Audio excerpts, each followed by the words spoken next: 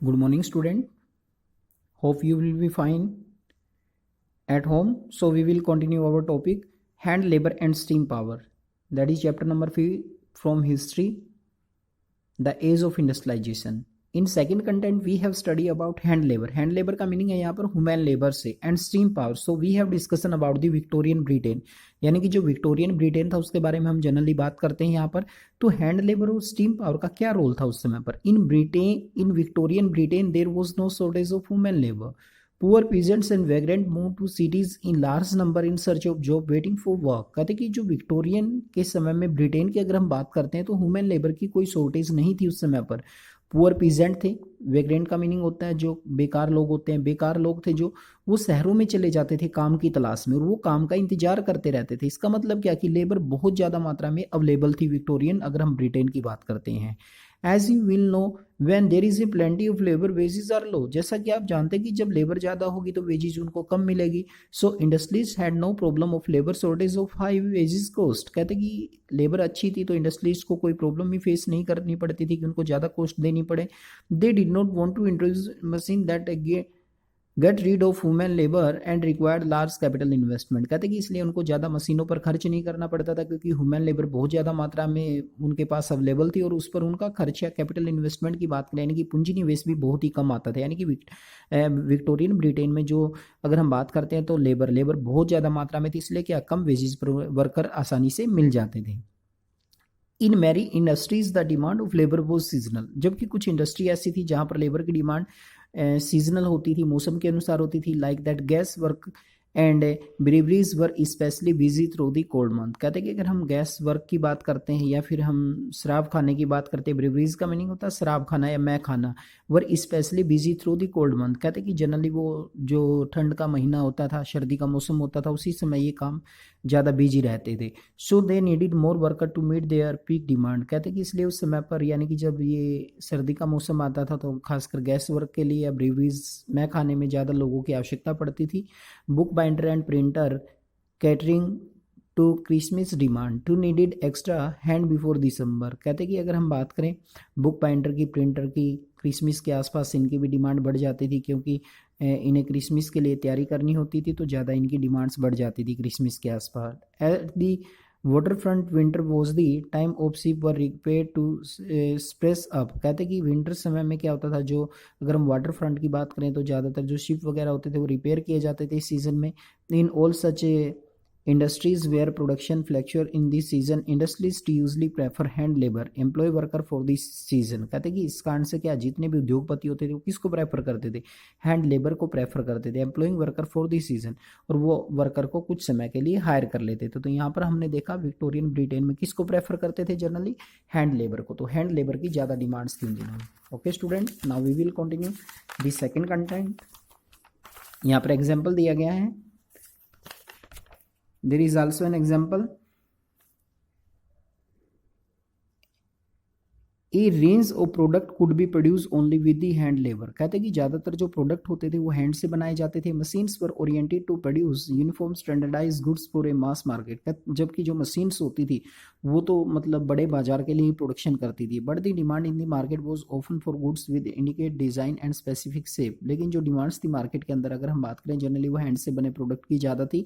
In mid 19th century Britain, अगर हम बात करें मिड 19th सेंचुरी ब्रिटेन की, फॉर इंस्टांस उदाहरण के लिए, यानी कि 500 varieties of hammer were produce and 45 kinds of x. कहते कि कुल्हाड़ियाँ होती थी, लगभग 45 प्रकार की कुल्हाड़ियाँ होती थी. और हैमर बोलते हैं हथौड़े को, यानी कि 500 वैरायटी हथौड़े की होती थी और 45,000 वैरायटी एक्स कुल्हाड़ियों की प्रोड्यूस की गई थी उस समय पर. This required human skill not mechanical technology. कहते कि इनका प्रोड्यूस करने के लिए उस समय पर भी यानी कि ह्यूमन स्किल का यूज होता था कि ना कि तकनीक का प्रयोग होता था. तो आप लोग देख रहे हैं यहाँ पर कि ह्यूमन लेबर की ज़्यादा इंपॉर्टेंस थी विक्टोरियन ब्रिटेन के टाइम पीरियड के दौरान. Victorian Britain the upper class the aristocrat and the bureaucracies prefer things produce by hand. कहते कि जो एरिस्टोक्रेट यानी कि जो कुलीन वर्ग था, अमीर वर्ग, संपन्न वर्ग, और ब्यूरोक्रेसीज यानी कि जो पूंजीपति लोग थे वो भी हाथ से बनी चीज़ों को प्रेफर करते थे। Handmade product came to be symbolize refinement and class. कहते हैं कि जो हाथ से बने हुए प्रोडक्ट होते थे एक तरह से वो अच्छे होते थे और उच्च वर्ग के लोग उनको ज़्यादा पसंद करते थे। दे वर बेटर फिनिश्ड, उनकी जो फिनिशिंग होती थी वो बड़ी अच्छी होती थी। Individually produce and carefully design, कहते कि उनको व्यक्तिगत तौर पर बनाया जाता था और बड़े अच्छे तरीके से बड़ी सावधानी पूर्वक उनका डिजाइन तैयार किया जाता था। Machine made goods for the export to the colony, जबकि जो मशीन से बना प्रोडक्ट होता था उसको ज़्यादातर एक्सपोर्ट किया जाता था उन दिनों में। इन countries with labour shortage industry work in to using mechanical power so that need to human labour can be minimise. कहते कि लेकिन कुछ कंट्री ऐसे भी थे जहाँ पर लेबर की शॉर्टेज थी, जिसके कारण क्या उन्होंने मैकेनिकल यानी कि जो मशीनों का प्रयोग करना शुरू किया। This was case of the 19th century America. Britain however had no problem hiring human hand. कहते कि this was in case of 19th century America Britain. अगर हम बात करें 19th सेंचुरी के अमेरिका ब्रिटेन की, यानी कि वहाँ पर भी ह्यूमन हैंड की यानी कि जो ह्यूमन लेबर है उसकी कोई कमी नहीं थी। तो that is related to the human labour को हम लोग यहाँ पर ज़्यादा प्रेफर करें, ह्यूमन लेबर की यहाँ पर ज़्यादा इंपॉर्टेंस है। And second content is life of the worker, यानी कि जो वर्कर्स काम करते थे उनकी लाइफ कैसी थी। The abundance of labour in the market affected the life of the worker. जैसा कि आपने पढ़ा कि जो वर्कर है उनकी संख्या बहुत ज़्यादा थी तो उनका जीवन बड़ा प्रभावित हुआ इस बात से। As news of possible jobs travel to country side hundred of tramp to the cities. कहते कि जैसे ही लोगों को ये लगता था भी गांव के लोगों को कि शहरों में जॉब है, पॉसिबिलिटी है वहाँ पर, तो वो शहरों में चले जाते थे। The actual possibility of gaining A job depend on existing network of friendship and कीन रिलेशनशिप। कहते कि जॉब मिलना शहर के अंदर वो किस बात पर डिपेंड करता था कि मित्रता कैसी है या फैमिली रिलेशनशिप कैसे हैं, इन बातों पर निर्भर करता था। If you had a relative और friend in factory you were more likely to get job quickly. कहते कि यदि वर्कर का कोई रिलेटिव या कोई फ्रेंड फैक्ट्री में काम करता था तो उनको जल्दी से जॉब मिल जाती थी। But not everyone had social connection, लेकिन सभी के सामाजिक संबंध नहीं होते थे। Many job seeker had to wait seek, बहुत सारे जॉब चाहने वाले थे उनको इंतजार करना पड़ता था। Spending night at the bridges और इन नाइट शेल्टर, कहते कि उन्हें अपनी जो रात्रि होती थी जनरली उनको यानी कि पुल के नीचे या फिर उन्हें अपना जो नाइट शेल्टर होती है उनमें बितानी पड़ती थी। सम stay in night refugee that were private individual, other went to casual ward maintain the poor low authority. कहते कि जो गरीब कानून अथॉरिटी के द्वारा, पुअर लो अथॉरिटी के द्वारा कुछ मतलब मेंटेन किए गए थे व्यक्ति के रहने के लिए स्थान। रेफ्यूजी जहाँ पर ये लोग जाते थे तो वहाँ पर ये रहते थे उस समय पर शहरों के अंदर।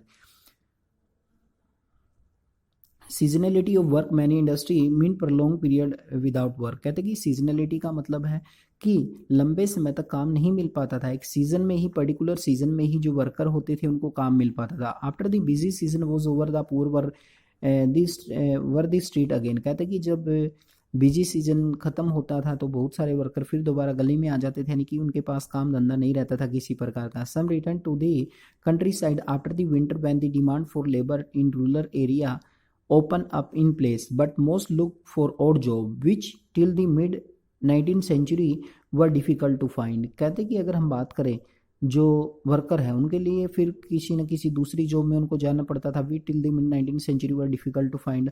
19th सेंचुरी तक बात करें तो ऐसी जॉब पाना भी बड़ा मुश्किल काम होता था उस समय पर। Wages increase some what in early 19th century but they tell a little about welfare of the worker। कहते कि 19th सेंचुरी की शुरुआत में एक बार जो वर्कर है उनकी कहीं ना कहीं इनकम भी इंक्रीज हुई। The average figure hide the variation between the trade functioning from year. For instance when price sharply during the prolonged Napoleon war the real value what the worker earn fell significantly since some wages could now fever things. कहते कि जैसे Napoleon युद्ध हुए तो उस समय पर भी जो वेजेस थी वो कम हो गई थी वर्कर्स की। Moreover the income of worker depend on the wage rate alone. कहते कि जो वर्कर की इनकम होती थी वो डिपेंड करती थी मजदूरी दर क्या है वहाँ पर। But was also critical that period employment number of days work determine average daily income of the worker at the best time till mid 19th century about 10% of the urban population were extremely poor। कहते कि अगर हम बात करें mid 19th century में भी 10% तक जो अर्बन पॉपुलेशन थी वो भी बहुत ज़्यादा गरीब थी। In period economic slump like 1830 the proportion of employment went anything up to 35 to 70% in different region. कहते कि अगर हम बात करते हैं आर्थिक तंगी की तो 1830 के दशक में बेरोजगारी है जो वो 35% से बढ़कर 35 से बढ़कर वो कितनी हो गई थी 75%। The fear unemployment made worker hostile introduce of new technology when the spinning jenny was introduce. कहते हैं कि जो वर्कर हैं उनके सामने एक बहुत बड़ी समस्या है और उन्होंने इसका विरोध भी किया। कब किया? जब स्पिनिंग जेनी इंट्रोड्यूस हुई। That is most important. Spinning jenny एक डिवाइस था। क्या था स्पिनिंग जेनी? किसने इसका आविष्कार किया? That is most important question. That is 1 marks question here. कब इन्वेंट हुआ और कहाँ पर? Spinning jenny device by James सर्गरविज इन 1764। एक डिवाइस था जेम्स सर्गरविज के द्वारा जिसको मतलब जिसकी इन्वेंशन किया गया। This machine speed up spinning process. कहते हैं कि इस मशीन के आने से जो स्पिनिंग प्रोसेस है वो काफ़ी बढ़ गया एंड रिड्यूस लेबर डिमांड, जिसके कारण क्या हुआ? लेबर की डिमांड कम हो गई थी, रिड्यूस हो गई थी। Bye turning one single wheel work on nation number off spin and spin several thread at the same time. कहते हैं कि इसमें व्हील की जो संख्या होती थी तो एक समय में काफ़ी सारे जो धागे, ये पिक्चर है स्पिनिंग जेनी का। स्पिनिंग जेनी क्या था? एक डिवाइस था जिसको जेम्स सर्गरविज ने 1764 में इंट्रोड्यूस किया। That is most important device. देखिए अब इसका काफ़ी विरोध हुआ। दी woollen industry, women who survive on hand spinning begin attack. Spinning करती थी, यानी कि जो मेन काम था इसका स्पिनिंग जेनी का वो स्पिन करने का था। स्पिनिंग जेनी स्पिन करती थी। कहते कि जो वुमेन वर्कर काम करती थी वुलन इंडस्ट्री में, उनका काम धंधा चला गया उनसे जब स्पिनिंग जेनी आई। तो उन्होंने क्या किया? स्पिनिंग जेनी के ऊपर हमले करने शुरू कर दिए क्योंकि उनकी रोजी रोटी इसने खतरे में डाल दी थी। This conflict over introduce the jenny continue for a long time. कहते कि इन झगड़ों के बावजूद भी स्पिनिंग जेनी का जो प्रयोग है वो लंबे समय तक चलता रहा। आफ्टर दी 1840, 1840 के दशक के बाद building activity intensified in the city, setting up greater opportunity of employment, road were widen, new railway station came up, railway lines were extended, ट्यूनल्स dug, drainage sewer lead, river embraced, the number of worker employed, transport industry double in 1840s and led in 1830 subsequently in 30 year. कहते कि इस तरीके से क्या हुआ? 1840 के दशक तक आते आते और भी नई अपॉर्चुनिटी लोगों के सामने आने लगी, जैसे स्टेशन है, रेलवे स्टेशन डेवलप हुए, रेलवे लाइन बिछाई जाने लगी और इसके अलावा ड्रेनेज हैं, जो नहर हैं, नाले हैं, वो खुदाई की जाने लगी। इस तरीके से क्या है, जो वर्कर है, वर्कर के सामने एक तरह से नई अपॉर्चुनिटी आने लगी कि उनको कहाँ कहाँ पर रोजगार मिले। तो that is most important, must have to be remember about spinning jenny. Spinning jenny is most important. You have to be know the life of the worker. Worker are in abundant but there income is very low, their condition is also critical. So that is topic about spinning jenny and the condition of the worker. Okay student, we will continue our videos. Most important point, write down in your notebook, that is most important chapter related to your history book. Thank you, have a nice day.